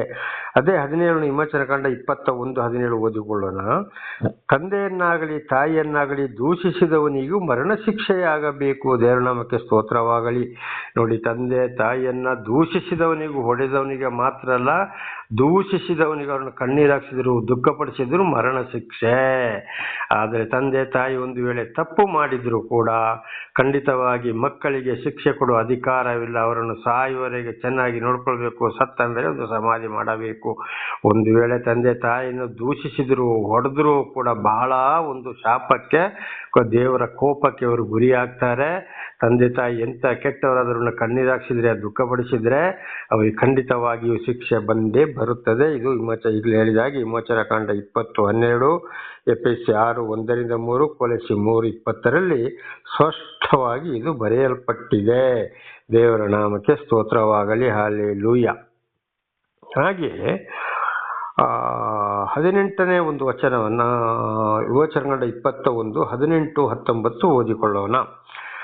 ಇಬ್ಬರು ಜಗಳವಾಡುತ್ತಿರಲಾಗಿ ಒಬ್ಬನು ಮತ್ತೊಬ್ಬನನ್ನು ಕಲ್ಲಿನಿಂದ ಮುಷ್ಟಿಯಿಂದಾಗಲಿ ಹೊಡೆದುದರಿಂದ ಗಾಯಪಟ್ಟವನು ಸಾಯದೆ ಕೆಲವು ಕಾಲ ಹಾಸಿಗೆಯಲ್ಲಿ ಬಿದ್ದುಕೊಂಡು ತರುವಾಯ ಎದ್ದು ಕೋಲೂರಿಕೊಂಡು ತಿರುಗಾಡಿದರೆ ಹೊಡೆದವನಿಗೆ ಶಿಕ್ಷೆಯನ್ನು ವಿಧಿಸಕೂಡದು. ಆದುರ ಮನುಷ್ಯನು ಕೆಲಸ ಮಾಡಲಾರದೆ ಹೋದ ಕಾಲಕ್ಕೆ ಅವನು ತಕ್ಕಷ್ಟು ಹಣ ಕೊಟ್ಟು ಅವನನ್ನು ಪೂರ್ಣವಾಗಿ ಸ್ವಸ್ಥಪಡಿಸಬೇಕು. ದೇವರನಾಮಕ್ಕೆ ಸ್ತೋತ್ರವಾಗಲಿ. ನೋಡಿ, ಒಂದು ವೇಳೆ ಯಾರಾದರೂ ಜಗಳ ಆಡಿದರೆ, ಸಹೋದರರು ಜಗಳಾಡಿ ಕೋಪದಿಂದ ಏನಾದರೂ ಹೊಡೆದು ಗಾಯ ಗೀಯ ಆದರೆ ಖಂಡಿತವಾಗಿ ಅದಕ್ಕೆ ಶಿಕ್ಷೆ ಕೊಡಬಾರದು. ಅದನ್ನು ರಾಜಿ ತೀರ್ಮಾನದಲ್ಲಿ ಮುಗಿಸಬೇಕು. ಆಮೇಲೆ ಗಾಯ ಆದವನಿಗೆ ಖಂಡಿತವಾಗಿ ಹಣ ಕೊಟ್ಟು ವೈದ್ಯರಿಂದ ಚಿಕಿತ್ಸೆಯನ್ನು ಕೊಡಿಸಿ ಅವನಿಂದಲೇ ಗಾಯವನ್ನು ಗುಣಪಡಿಸಬೇಕು. ಬರೀ ಹೊಡೆದಾಡಿಕೊಂಡದಕ್ಕೆ ಶಿಕ್ಷೆ ಕೊಡಲೇಬಾರದು. ಗಾಯ ಆದರೆ, ಗಾಯದಿಂದ ನರಳಾದರೆ ಅವನಿಗೆ ಈ ಗಾಯ ಆದವನಿಗೆ ಕೆಲಸ ಮಾಡಲು ಆಗದ ಹೋದರೆ ಈ ಹೊಡೆದವನ ಕೈಯಿಂದ ಹಣವನ್ನು ಕೊಡಿಸಬೇಕು ಅವನ ಜೀವನಕ್ಕಾಗಿ ಅಷ್ಟು ದಿವಸ ಅಂತ ಇದರ ಅರ್ಥವಾಗಿದೆ. ದೇವರ ನಾಮಕ್ಕೆ ಸ್ತೋತ್ರವಾಗಲಿ. ಹಲ್ಲೆಲೂಯಾ. ಹಾಗೆ ವಿಮೋಚನಕಾಂಡ 21, 20, 21ನೇ ವಚನಗಳನ್ನು ಓದಿಕೊಳ್ಳೋಣ. ಒಬ್ಬನು ತನ್ನ ದಾಸನನ್ನಾಗಲಿ ದಾಸಿಯನ್ನಾಗಲಿ ಕೋಲಿನಿಂದ ಹೊಡೆದು ಸಾಯುವಂತೆ ಮಾಡಿದರೆ ಅವನಿಗೆ ತಕ್ಕ ಶಿಕ್ಷೆಯಾಗಬೇಕು. ದೇವರ ನಾಮಕ್ಕೆ ಸ್ತೋತ್ರವಾಗಲಿ. ಕೆಲಸ ಮಾಡುವ ಸಹಕಾರಿಗಳು ಏನು ಮಾಡಿದ್ದಾರೆ, ಯಜಮಾನರು ಕೆಲಸ ಮಾಡೋದು ಪುರುಷನಿಗಾಗಲಿ ಸ್ತ್ರೀಯನ್ನಾಗಲಿ ಇವತ್ತು ಹೊಡೆದು ಏನಾದರೂ ಗಾಯ ಮಾಡಿದರೆ, ಭಾಳ ಹೊಡೆದ್ರೆ ಅವನಿಗೆ ಸರಿಯಾದ ಶಿಕ್ಷೆಯಾಗಲೇಬೇಕು. ಕೆಲಸ ಮಾಡುವವರಿಗೆ ಹೊಡೆಯುವ ಅಧಿಕಾರ ಮನುಷ್ಯರಿಗೆ, ಯಜಮಾನರಿಗೆ ಇಲ್ಲ. ಆದರೆ ಇವತ್ತು ಅನೇಕರು ಹೊಡಿತಾರೆ, ಬಡಿತಾರೆ, ಕೆಲಸ ಮಾಡಿಸ್ತಾರೆ, ಗೃಹ ಬಂಧನದಲ್ಲಿ ಇಡ್ತಾರೆ.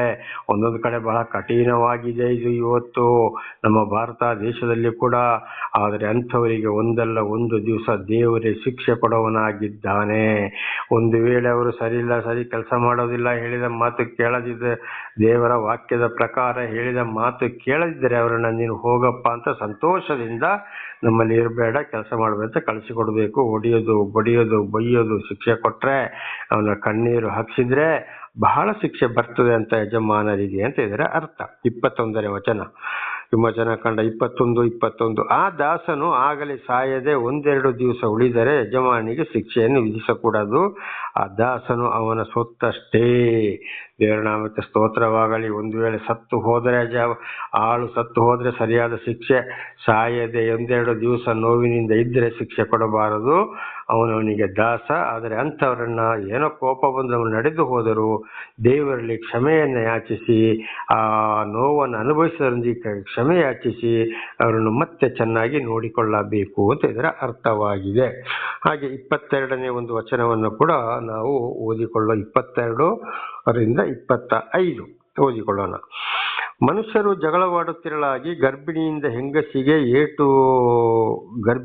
ಹೆಂಗಸಿಗೆ ಏಟು ತಗುಲಿದುದರಿಂದ ಅವಳಿಗೆ ಗರ್ಭಸ್ರಾವವೇ ಹೊರತಾಗಿ ಬೇರೆ ಯಾವ ಹಾನಿಯೂ ಆಗದೆ ಹೋದರೆ ಹೆಂಗಸಿನ ಗಂಡನು ನ್ಯಾಯಾಧಿಪತಿಗಳ ಸಮ್ಮತಿಯಿಂದ ಎಷ್ಟು ಹಣವನ್ನು ಗೊತ್ತು ಮಾಡುತ್ತಾನೋ ಹೊಡೆದವನು ಅಷ್ಟನ್ನು ಕೊಡಬೇಕು. ದೇವರ ನಾಮಕ್ಕೆ ಸ್ತೋತ್ರವಾಗಲಿ.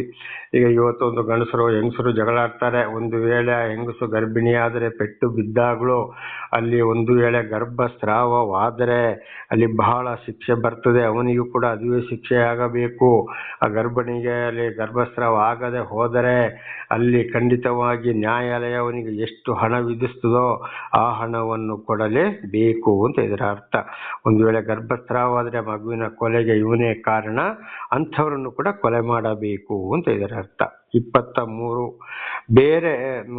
ಬೇರೆ ಹಾನಿಯಾದ ಪಕ್ಷಕ್ಕೆ ಪ್ರಾಣಕ್ಕೆ ಪ್ರತಿಯಾಗಿ ಪ್ರಾಣವನ್ನು ಕೊಡಿಸಬೇಕು.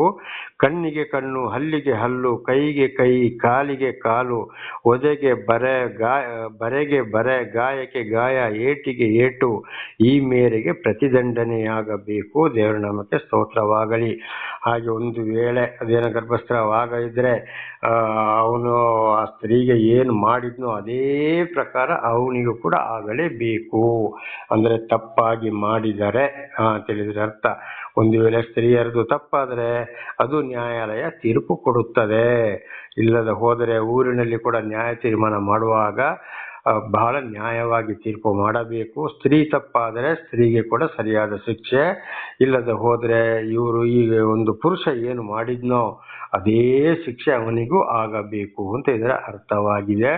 ಇದು ಎಲ್ಲವೂ ದೇವರಿಂದ ಬಂದಂಥ ಕಾನೂನು. ನಮ್ಮ ಭಾರತ ದೇಶದಲ್ಲಿ ಕೂಡ ಈ ಕಾನೂನು ಇದೆ. ಆದರೆ ಭಾರತ ದೇಶದಲ್ಲಿ ಕೂಡ ಅದನ್ನು ತಿದ್ದುಪಡಿ ಮಾಡಿದ್ದಾರೆ. ದೇವರ ನಾಮಕ್ಕೆ ಸ್ತೋತ್ರವಾಗಲಿ. ಹಲ್ಲೆಲೂಯಾ. ಆದರೆ ನ್ಯಾಯಾಲಯದಲ್ಲಿ ಲಾಯರ್ಗಳನ್ನ ಅಂದರೆ ನ್ಯಾಯವಾದಿಗಳನ್ನ ಇಟ್ಟುಕೊಂಡು ಗೆಲ್ಲಬಹುದು. ನಾನಾ ಥರದ ಉಲ್ಟಾ ಪಲ್ಟಾ ಪ್ರಶ್ನೆಗಳನ್ನ ಮಾಡಿ ಕೆಲವು ಇವತ್ತು ಅನೇಕರು ಎಷ್ಟೋ ಕೊಲೆ ಮಾಡಿದವ್ರನ್ನು ಕೊಲೆ ಮಾಡಿ ಅಲ್ಲ ಅಂತೇಳಿ ನ್ಯಾಯಾಲಯ ಇವನು ಕೊಲೆ ಸಾಕ್ಷಿ ಆಧಾರ ಇಲ್ಲದೆ ಅವರನ್ನು ಬಿಡುಗಡೆ ಮಾಡಲಾಗಿದೆ ಅಂತೇಳಿ ನ್ಯಾಯಾಲಯದನ್ನೇ ಬಿಡುಗಡೆ ಮಾಡ್ತದೆ. ಅದು ಈ ಲೋಕದ ತೀರ್ಪು. ಆದರೆ ದೇವರು ಪ್ರತಿಯೊಂದನ್ನು ನೋಡೋನಾಗಿದ್ದಾನೆ. ದೇವರೇ ಸರಿಯಾದ ನ್ಯಾಯಾಧೀಶನಾಗಿದ್ದಾನೆ. ದೇವರ ಕೈಯಿಂದ ಶಿಕ್ಷೆಯನ್ನು ತಪ್ಪಿಸಿಕೊಳ್ಳಕ್ಕೆ ಯಾರಿಗೂ ಸಾಧ್ಯವಿಲ್ಲ. ಇದು ಬಹಳ ಮನದಂಡನೆ ನಾವು ಮಾಡಿಕೊಳ್ಳಬೇಕು. ಆದ್ದರಿಂದ ಈ ಲೋಕದ ಕಾನೂನನ್ನೇ ನಾವು ಮೆಚ್ಚಿಕೊಂಡು ಇರಬಾರದು. ಹಾಗೆ ಇನ್ನು 26, 27ನೇ ವಚನವನ್ನು ಓದಿಕೊಳ್ಳೋಣ. ವಿಮೋಚನಕಾಂಡ 21, 26, 27. ಯಾವನಾದರೂ ತನ್ನ ದಾಸನ ಅಥವಾ ದಾಸಿಯ ಕಣ್ಣನ್ನು ಹೊಡೆದು ನಷ್ಟಪಡಿಸಿದರೆ ಅದಕ್ಕಾಗಿ ಆ ದಾಸನನ್ನು ಬಿಡುಗಡೆಯಾಗಿ ಹೋಗಗೊಡಿಸಬೇಕು. ದಾಸನ ಅಥವಾ ದಾಸಿಯ ಹಲ್ಲನ್ನು ಉದುರ ಬಡಿದರೆ ಅದಕ್ಕಾಗಿ ಆ ದಾಸನನ್ನು ಬಿಡುಗಡೆ ಹೋಗಗೊಡಿಸಬೇಕು. ದೇವರ ನಾಮಕ್ಕೆ ಸ್ತೋತ್ರವಾಗಲಿ. ಹಲ್ಲೆಲೂಯಾ. ಯಾರಾದರೂ ತನ್ನ ದಾಸನಂದರೆ ಕೆಲಸದ ದಾಸ ಆಗಲಿ ದಾಸಿ ಆಗಲಿ ಕಣ್ಣನ್ನು ಯಜಮಾನ ಏನಾದರೂ ಹೊಡೆದು ಗಿಡ್ದು ನಷ್ಟಪಡಿಸಿದರೆ ಅವನ ಖಂಡಿತವಾಗಿ ಆ ದಾಸನನ್ನು ಏನು ಮಾಡಬೇಕು, ಅಲ್ಲಿಂದ ಹೋಗಗೊಡಿಸಲೇಬೇಕು. ದಾಸಿಯ ಕಣ್ಣನ್ನು ಹೊಡೆದು ನಷ್ಟಪಡಿಸಿದರೆ ಖಂಡಿತವಾಗಿ ಹೊಡೆದು ಬಡ್ದವರ ಕಣ್ಣಿಗೆ ಏನಾದರೂ ಊನವಾದರೆ ಅವರನ್ನು ಮತ್ತೆ ಮನೆಯಲ್ಲಿ ಇಟ್ಟುಕೊಳ್ಳಕೂಡದು. ಅವರನ್ನು ಕಳಿಸಲೇಬೇಕು. ಎಲ್ಲಿಯಾದರೂ ಹೋಗಿ ಚೆನ್ನಾಗಿ ಬದುಕಿಕೊಳ್ಳಿ ಅಂತ ಹೇಳಿ ಯಜಮಾನರ ಕೈಯಿಂದ ಇಂಥ ತೊಂದರೆ ಆದರೆ ಖಂಡಿತವಾಗಿ ಅವರನ್ನು ಕಳಿಸಲೇಬೇಕು. ಹಾಗೆ ದಾಸನ ಅಥವಾ ದಾಸಿಯ ಹಲ್ಲನ್ನು ಉದರ ಬಡಿದರೆ ಅದಕ್ಕಾಗಿ ದಾಸನನ್ನು ಬಿಡುಗಡೆಯಾಗಿ ಹೋಗಗೊಡಿಸಬೇಕು. ಒಂದು ವೇಳೆ ಅವನದ್ದು ಈಗ ಅನೇಕ ಯಜಮಾನರುಗಳು ಹೊಡಿತಾರೆ, ಬಡಿತಾರೆ, ಕೈ ಕಾಲು ಕಣ್ಣು ಊನ ಆಗ್ತದೆ, ಮುಖದ ಮೇಲೆ ಹೊಡಿತಾರೆ, ಹಲ್ಲು ಉದುರಿದರೆ ಅಂಥವ್ರನ್ನು ಕೂಡ ಯಜಮಾನ ಮತ್ತೆ ಇಟ್ಟುಕೊಳ್ಳಬಾರದು. ಅಂಥವ್ರನ್ನ ಅಲ್ಲಿಂದ ಕಳಿಸಲೇಬೇಕು. ಸಂತೋಷದಿಂದ ಅವರನ್ನು ಅಂಥ ದಾಸನನ್ನ ಅಂತ ಯಜಮಾನರುಗಳು ಕಳಿಸಲೇಬೇಕು. ಅಲ್ಲಿ ಇಟ್ಟುಕೊಳ್ಳಬಾರದು. ಅದು ಕೂಡ ಯಜಮಾನರಿಗೆ ಬಹಳ ಒಂದು ಪಾಪದ ಪರಿಸ್ಥಿತಿ. ಏಕೆಂದರೆ ಈ ದಾಸ ಆಗಲಿ ಕಣ್ಣು ಹೋದವರು, ಹಲ್ಲು ಹೋದವರು, ಗಾಯ ಆದವರು, ಅಯ್ಯೋ ಒಂದಲ್ಲ ಒಂದು ಸಮಯ ನನ್ನನ್ನು ಇಂಥವ್ರು ಹೀಗೆ ಮಾಡಿದ್ರು ನೋವನ್ನು ಅನುಭವಿಸ್ತಾ ಇರ್ತಾರೆ. ಇನ್ನೊಬ್ಬರಿಗೆ ಹೇಳ್ತಾ ಇರ್ಬೋದು. ಇದು ದೇವರಿಗೆ ಬೇಸರ. ಅದಕ್ಕೆ ಅಂಥ ಸ್ಥಳದಲ್ಲಿ ಅಂಥ ಯಜಮಾನರ ಹತ್ರ ಅವನು ಇಟ್ಟುಕೊಳ್ಳಕ್ಕೆ ಕೂಡದು. ಅಂಥ ತೀರ್ಮಾನವನ್ನು ಕೊಡಬೇಕು. ಅವರಲ್ಲಿಂದ ಬೇರೆ ಅವರು ಎಲ್ಲಾರು ಹೋಗಿ ಬದುಕೊಳ್ಳಿಯಪ್ಪ, ನಿನಗೆ ಅವರು ಬೇಡ ಅಂತೇಳಿ ನ್ಯಾಯ ತೀರ್ಮಾನ ಊರೊಳಲ್ಲಿ ಆಗಲಿ ನ್ಯಾಯಾಲಯದಲ್ಲಾಗಲಿ ಇದು ಮಾಡಬೇಕಾಗಿದೆ ಅಂತ ಇದರ ಅರ್ಥವಾಗಿದೆ. ಇದು ದೇವರಿಂದ ಬಂದಂಥ ಕಾನೂನಾಗಿದೆ. ದೇವರ ನಾಮಕ್ಕೆ ಸ್ತೋತ್ರವಾಗಲಿ. ಹಲ್ಲೆಲೂಯಾ. ಹಾಗೆ 28ರಿಂದ 32ರವರೆಗೆ ಓದುವಾಗ 28ರಿಂದ 32 ವಿಮೋಚನಕಾಂಡ 21, 28ರಿಂದ 32ರವರೆಗೆ ಓದುವಾಗ ಎತ್ತು ಮನುಷ್ಯನನ್ನು ಕೊಂದರೆ ತೀರ್ಪು. ಇದರಲ್ಲಿ 28 ವಚನವನ್ನು ಓದಿಕೊಳ್ಳೋಣ. ದೇವರ ನಾಮಕ್ಕೆ ಸ್ತೋತ್ರವಾಗಲಿ. ಎತ್ತು ಪುರುಷನನ್ನಾಗಲಿ ಸ್ತ್ರೀಯನ್ನಾಗಲಿ ಹಾದು ಕೊಂದರೆ ಆ ಎತ್ತನ್ನು ಕಲ್ಲುಗಳಿಂದ ಹೊಡೆದುಕೊಳ್ಳಬೇಕು. ಅದರ ಮಾಂಸವನ್ನು ತಿನ್ನಕೂಡದು. ಒಂದು ಎತ್ತುಗಳು ಬಹಳ ಮನುಷ್ಯನನ್ನು ಕುತ್ತಿ ಮಾಡಿ ಓಡಿಸಿ ಕೊಂದು ಬಿಡ್ತವೆ. ಅಂಥ ಎತ್ತುಗಳನ್ನು ಕೂಡ ಕೊಲ್ಲಲೇಬೇಕು. ಆದರೆ ಆ ಎತ್ತಿನ ಮಾಂಸವನ್ನು ತಿನ್ನಬಾರದು. ಅದನ್ನು ಸರ್ವನಾಶ ಮಾಡಿಬಿಡಬೇಕು ಅಂತ ಇದರ ಅರ್ಥವಾಗಿದೆ. ಯಾವ ಎತ್ತು ಮನುಷ್ಯರನ್ನ ಕೊಂದು ಬಿಡ್ತದೆ ಅಂತ ಎತ್ತನ್ನು ಇಡಲೇಬಾರದು. ಅಂತ ಎತ್ತು ಶಾಪ ಮತ್ತು ಮನುಷ್ಯರನ್ನದು ಕೊಲ್ಲಬಹುದು. ಆದ್ರಿಂದ ಅಂತ ಎತ್ತಿನ ಮಾಂಸವನ್ನು ಕೂಡ ತಿನ್ನಬಾರದು, ಕೊಂದು ಹಾಕೊಡ್ಬೇಕು ಅಂತ ಇದರ ಅರ್ಥ. 29ನೇ ವಚನ. ಆ ಎತ್ತಿನ ಒಡೆಯನು ನಿರ್ದೋಷಿ, ಆದರೆ ಆ ಎತ್ತು ತತ್ಪೂರ್ವದಲ್ಲಿ ಹಾಯುವ ಸ್ವಭಾವವೆಂದು ಒಡೆಯನು ಎಚ್ಚರಿಕೆಯನ್ನು ಹೊಂದಿದಾಗ್ಯೂ ಅದನ್ನು ಕಟ್ಟಿ ಹಾಕದೆ ಹೋದುದರಿಂದ ಅದು ಪುರುಷನನ್ನಾಗಲಿ ಸ್ತ್ರೀಯನ್ನಾಗಲಿ ಸಾಯಿಸಿದ್ದಾದರೆ ಎತ್ತನ್ನು ಕಲ್ಲೆಸೆದುಕೊಳ್ಳಬೇಕಲ್ಲದೆ ಒಡೆಯನು ಮರಣ ಶಿಕ್ಷೆಗೆ ಗುರಿಯಾಗುವನು. ಒಂದು ವೇಳೆ ಇದು ಹಾಯ್ತದೆ ಕೊಲ್ತದೆ ಅಂತೇಳಿ ಮನುಷ್ಯರನ್ನು ಪುರುಷ ಆಗಲಿ ಸ್ತ್ರೀಯನ್ನಾಗಲಿ ಯಜಮಾನಿಗೆ ಗೊತ್ತಾಗಿ ಕೂಡ ಅವನು ಎತ್ತನ್ನು ಕೊಳ್ಳದಿದ್ದರೆ ಎತ್ತನ್ನು ಕೂಡ ಬೇರೆ ಕೊಳ್ಳಲೇಬೇಕು. ಆ ಯಜಮಾನಿಗೆ ಕೂಡ ಮರಣ ಶಿಕ್ಷೆ ಆಗಬೇಕು. ಗೊತ್ತಿದ್ದವನು ಆ ಎತ್ತನ್ನು ಇಟ್ಟುಕೊಂಡಿದ್ದಾನಲ್ಲ ಎಂಬ ತಪ್ಪಿಗೆ ಎತ್ತನ್ನು ಕೊಳ್ಳಬೇಕು. ಮನುಷ್ಯ ಅದರ ಯಜಮಾನನನ್ನು ಕೂಡ ಕೊಲ್ಲಬೇಕಂದ್ರೆ ಮುಂದೆ ಊರೊಳಗೆ ಹಾಗೆ ಆಗಬಾರದು ಎಂಬುದಾಗಿದೆ ದೇವರ ಕಾನೂನು. ದೇವರ ನಾಮಕ್ಕೆ ಸ್ತೋತ್ರವಾಗಲಿ. ಹಾಗೆ 30ನೇ ವಚನ, ಆದರೆ ಒಡೆಯನು ತನ್ನ ಪ್ರಾಣವನ್ನು ಬಿಡಿಸಿಕೊಳ್ಳುವುದಕ್ಕೆ ಹಣವನ್ನು ಈಡಾಗಿ ಕೊಡಬಹುದೆಂದು ನ್ಯಾಯಾಧಿಪತಿಗಳು ತೀರ್ಮಾನಿಸಿದರೆ ನೇಮಕವಾದ ಹಣವನ್ನು ಅವನು ಕೊಟ್ಟು ತನ್ನ ಪ್ರಾಣವನ್ನು ಉಳಿಸಿಕೊಳ್ಳಬಹುದು. ನೋಡಿ, ಇದು ಕೋರ್ಟ್ ತೀರ್ಮಾನ.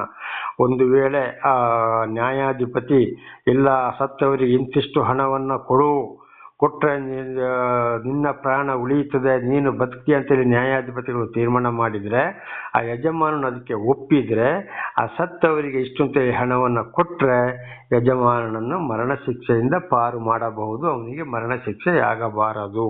ಇದು ಇವತ್ತು ನ್ಯಾಯಾಲಯದಲ್ಲಿ ನಡೀತಾ ಇದ್ದಿದೆ. ಎಲ್ಲ ಕಾನೂನು ನ್ಯಾಯಾಲಯದಲ್ಲಿ ಇದೆ, ದೇವರಿಂದಲೇ ಬಂದ ಕಾನೂನು, ಪರಮಾತ್ಮ ಭಗವಂತನಿಂದ. ಅಂದರೆ ಇದೆಲ್ಲವನ್ನ ಇವತ್ತು ಮುಚ್ಚಿಟ್ಟಿದ್ದಾರೆ. 31ನೇ ವಚನ, ತನ್ನ ಪ್ರಾಣವನ್ನು ಆ ಎತ್ತಿನಿಂದ ತೀವಿಸಿಕೊಂಡು ಸತ್ತವನು ಹುಡುಗನಾದರೆ ಅಥವಾ ಹುಡುಗಿಯಾದರೆ ಇದೇ ರೀತಿಯಾಗಿ ನ್ಯಾಯಾಧಿಪತಿಗಳು ತೀರ್ಮಾನಿಸಬೇಕು.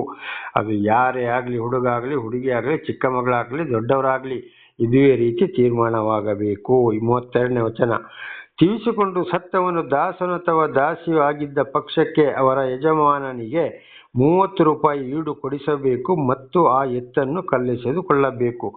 ಒಂದು ವೇಳೆ ಒಂದು ಕೆಲಸ ಮಾಡುವ ಕೂಲಿಯವರನ್ನು, ಪುರುಷರನ್ನಾಗಲಿ ಸ್ತ್ರೀಯರನ್ನಾಗಲಿ ಎತ್ತು ಕೊಂದರೆ, ಆ ಯಾರು ಸತ್ರೋ ಅವರ ಯಜಮಾನನಿಗೆ 30 ರೂಪಾಯಿ, ಅಂದರೆ ಆಗಿನ ಬೆಳ್ಳಿ ನಾಣ್ಯ 30 ರೂಪಾಯಿ. ಈಗ ಅದು ಎಷ್ಟು ಬೆಲೆ ಬಾಳ್ತದೆ, ಎಷ್ಟು ಲಕ್ಷ ಕೋಟಿ ಅಂತ ನನಗೆ ಗೊತ್ತಿಲ್ಲ.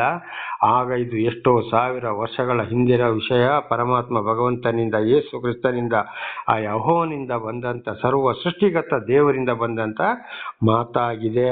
ಆ ಸತ್ತವರಿಗೆ ಈಡು ಕೊಟ್ಟು ಅದನ್ನು ಬಿಡಿಸಿಕೊಳ್ಳಬಹುದು. ಈ ಕಾನೂನು ಇವತ್ತು ಪ್ರತಿ ಒಂದರಲ್ಲಿ ಇದೆ. ಮುಸ್ಲಿಮ್ಸ್ ರಾಷ್ಟ್ರಗಳಲ್ಲಿ ಕೂಡ ಈ ಕಾನೂನು ನಡೆಯುತ್ತಲೇ ಇದೆ. ಅದೇ ವಿಷಯ ಬೈಬಲಲ್ಲಿ, ಮಹಾಭಾರತದಲ್ಲಿ, ಎಲ್ಲದರಲ್ಲಿ ಇದೆ. ಆದರೆ ಎಲ್ಲವನ್ನ ಏನು ಮಾಡಿದ್ದಾರೆ, ಮುಚ್ಚಿಟ್ಟಿದ್ದಾರೆ. ದೇವರ ನಾಮಕ್ಕೆ ಸ್ತೋತ್ರವಾಗಲಿ. ಹಲ್ಲೆಲೂಯಾ. ಹಾಗೆ ಇದು ನಾಳೆಗೂ ಮುಂದುವರಿಯುವುದು. ಪ್ರಾರ್ಥನೆ ಮಾಡಿಕೊಳ್ಳೋಣ. ಸರ್ವ ಸೃಷ್ಟಿಕರ್ತನ ತಂದೆಯ ದೇವರೇ, ಮಗನ ದೇವರೇ, ಪರಿಶುದ್ಧಾತ್ಮನೇ, ನಿಮ್ಮ ನಾಮಕ್ಕೆ ಸ್ತೋತ್ರ ಸ್ವಾಮಿ. ಇವತ್ತಿನ ಸಂದೇಶವನ್ನು ನನ್ನ ಸಹೋದರ ಸಹೋದರಿಗೆ ನೀವು ತಿಳಿಸಲು ಆಶೀರ್ವಾದ ಮಾಡಿದಕ್ಕಾಗಿ ಸ್ತೋತ್ರ. ಇದನ್ನು ಕೇಳಿದವರು ಚೆನ್ನಾಗಿ ಕೇಳಿ ಅರ್ಥ ಮಾಡಿಕೊಂಡು ನಿಮ್ಮ ಕಾನೂನು ಕಾಯ್ದೆಗಳನ್ನು ತಿಳಿದುಕೊಂಡು ಅವರ ಮಕ್ಕಳಿಗೂ ತಿಳಿಸಿ ಅವರೆಲ್ಲರೂ ಇತರರಿಗೆ ಸಾಕ್ಷಿಗಳಾಗುವಂತೆ ಮಾರ್ಪಡಿಸಿರಿ. ಹಾಗೆ ತಿಳಿದುಕೊಳ್ಳಲು ಏನಾದರೂ ಅವರಿಗೆ ಜ್ಞಾನದ ಕೊರತೆ ಇದ್ದರೆ, ವಿಶೇಷವಾದ ಜ್ಞಾನದ ಕೊರತೆ, ಶಾಂತಿ, ಸಮಾಧಾನ, ಸಮಯಾವಕಾಶವನ್ನು ಕೊಡಿರಿ. ಅವರು ಇತರರಿಗೆ ತಿಳಿಸುವಂತಾಗಲಿ, ನಿಮ್ಮ ಸಾಕ್ಷಿಗಳಾಗಿ ಮಾರ್ಪಡಲಿ. ಹಾಗೆ ಮಾಡುವುದಕ್ಕಾಗಿ ಸ್ತೋತ್ರ. ನಿಮ್ಮೆಲ್ಲ ಉಪಕಾರಗಳಿಗಾಗಿ ಕೃತಜ್ಞತಾ ವಂದನೆಗಳು. ಯೇಸುವಿನ ನಾಮದಲ್ಲಿ ಪ್ರಾರ್ಥಿಸಿದ್ದೇನೆ, ನಮ್ಮ ತಂದೆಯೇ, ಆಮೇನ್. ಇದನ್ನು ಕೇಳುತ್ತಿರುವ ನನ್ನ ಸಹೋದರ ಸಹೋದರಿಯರೇ, ದೇವರು ನಿಮ್ಮನ್ನು, ನಿಮ್ಮ ಮಕ್ಕಳನ್ನು ಹೇರಳವಾಗಿ ಆಶೀರ್ವದಿಸಲಿ. ಶಾಂತಿ, ಸಮಾಧಾನ, ಆರೋಗ್ಯ, ನಿಮ್ಮ ಮಕ್ಕಳಿಗೆ ಒಳ್ಳೆ ಬುದ್ಧಿ, ಜ್ಞಾನ, ತಿಳುವಳಿಕೆ, ಶಾಂತಿ, ಸಮಾಧಾನ ಕೊಟ್ಟು ತನ್ನ ಕಾಲ ಮೇಲೆ ನಿಂತು ಅನೇಕರಿಗೆ ದಾನ ಧರ್ಮ ಮಾಡಿ ಜೀವಿಸಿ ಭೂಮಿಗೆ ಉಪ್ಪಾಗಿ ಲೋಕಕ್ಕೆ ಬೆಳಕಾಗಿ ಜೀವಿಸುವಂತೆ ದೇವರು ನಿಮ್ಮ ಮಕ್ಕಳನ್ನು, ನಿಮ್ಮನ್ನು ಎಲ್ಲರನ್ನು ಹೇರಳವಾಗಿ ಆಶೀರ್ವದಿಸಲಿ. ಧನ್ಯವಾದ.